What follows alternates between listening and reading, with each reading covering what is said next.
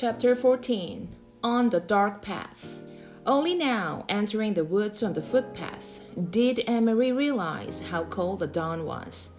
She had watched and helped earlier as the others donned sweaters, jackets, and coats, and she had peered into the night, following them with her eyes as they moved silently off, bulky in their garments, blankets in their arms.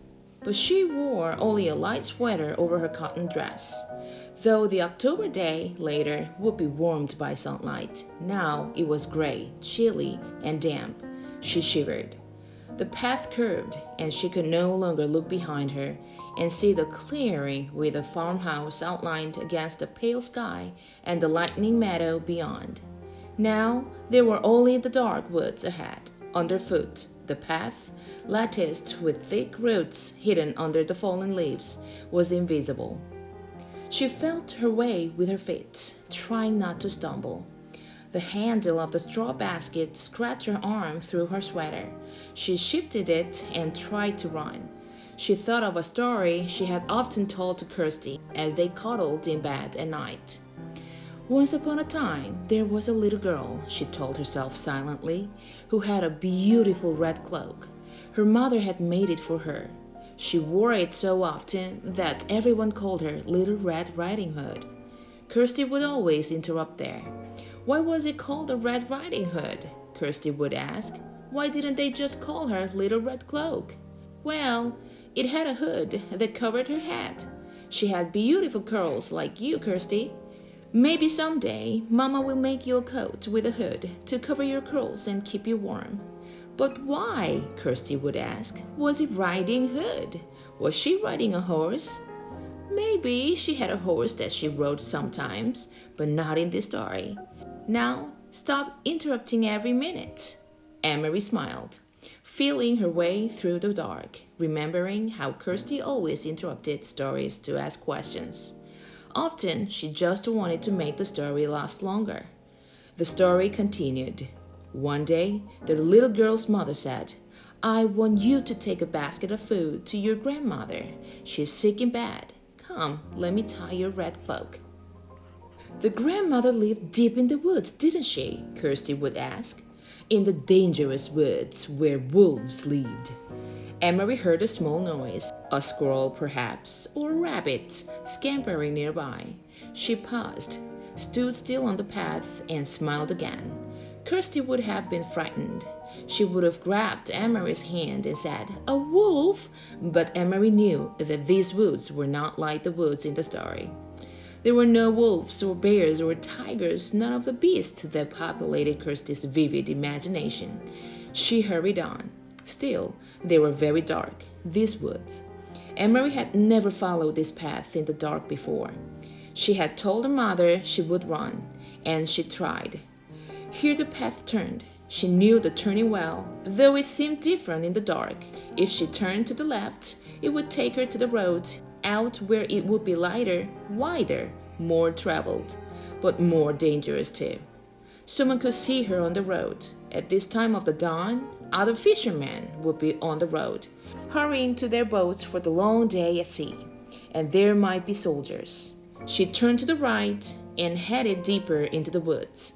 It was why Mama and Peter had needed to guide those who were strangers here, the Rosens and the others. A wrong turn would have taken them into danger. So Little Red Riding Hood carried the basket of food and hurried along through the woods. It was lovely morning and birds were singing. Little Red Riding Hood sang too as she walked. Sometimes she changed the part of the story, telling it to Kirsty. Sometimes it was raining or even snowing in the woods.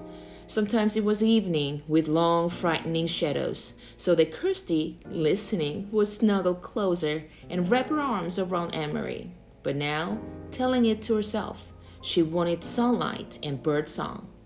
Here the path widened and flattened. It was the place where the woods opened on the side, and the path curved beside a meadow at the edge of the sea. Here she could run, and she did. Here in daylight. There would be cows in the meadow, and on summer afternoons, Emery would always stop by the fence and hold out handfuls of grass, which the curious cows would take with their rough tongues. Here, her mother had told her, Mama would always stop too, as a child walking to school. Her dog, Trotfast, would wriggle under the fence and run about in the meadow, barking excitedly, trying to chase the cows, who always ignored him. The meadow was empty now, and colorless in half-light. She could hear the churning sea beyond, and see the wash of the daylight to the east, over Sweden. She ran as fast as she could, searching with her eyes for the place ahead, where the path would re-enter the woods in its final segment, which led to town. Here, the bushes were overgrown, and it was difficult to see the path here. But she found the entrance, beside the high blueberry bushes. How often she had stopped here in late summer to pick a handful of the sweet berries. Her hands and mouth would be blue afterward. Mama always laughed when she came home. Now it was dark again, as the trees and bushes closed around her, and she had to move more slowly, though she still tried to run. Emery thought of Mama, her ankles so swollen, and her face so pained. She hoped Mama had called the doctor by now. The local doctor was an old man, brusque and businesslike, though with kind eyes. He had come to the farmhouse several times during the summers of the past, his battered car noisy on the dirt road. He had come once when Kirsty, a tiny baby then, had been sick and wailing with an earache. And he had come when Liz had spilled hot grease, cooking breakfast, and burned her hand. Emery turned again as the path divided once more. The left fork would take her directly to the village. It was the way they had come from the train, and the way Mama had walked to school as a girl.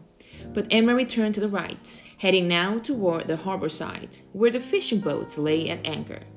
She had often come this way before, too, sometimes at the end of the afternoon, to peek out the Ingeborg, Uncle Henrik's boat, from the many returning, and to watch him and his helpers unload the day's catch of slippery, shimmering herring still fluffing in their containers.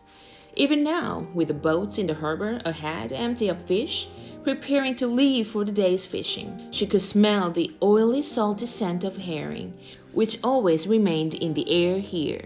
It wasn't far now, and it was getting lighter. She ran almost as fast as she had run at school in the Friday foot races.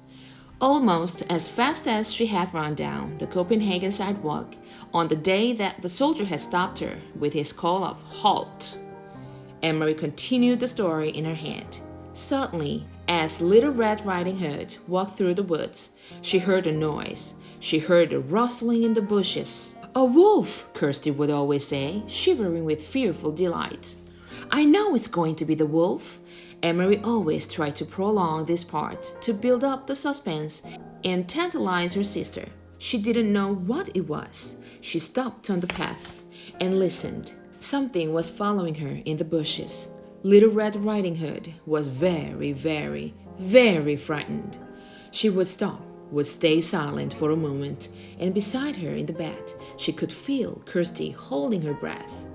Then Emery would go on in a low, dread-filled voice. She heard a growl. Emery stopped suddenly and stood still on the path. There was a turn immediately ahead. Beyond it, she knew. As soon as she rounded the turn, she would see the landscape open to the sea. The woods would be behind her there, and ahead of her would be the harbor, the docks, and the countless fishing boats. Very soon it would be noisy there, with engines starting, fishermen calling to one another, and gulls crying. But she had heard something else. She heard bushes rustling ahead. She heard footsteps. And she was certain it was not her imagination. She heard a low growl. Cautiously, she took a step forward. In another, she approached the turn in the path, and the noises continued. Then they were there, in front of her, 4 armed soldiers. With them, straining at taut leashes, were 2 large dogs, their eyes glittering, their lips curled.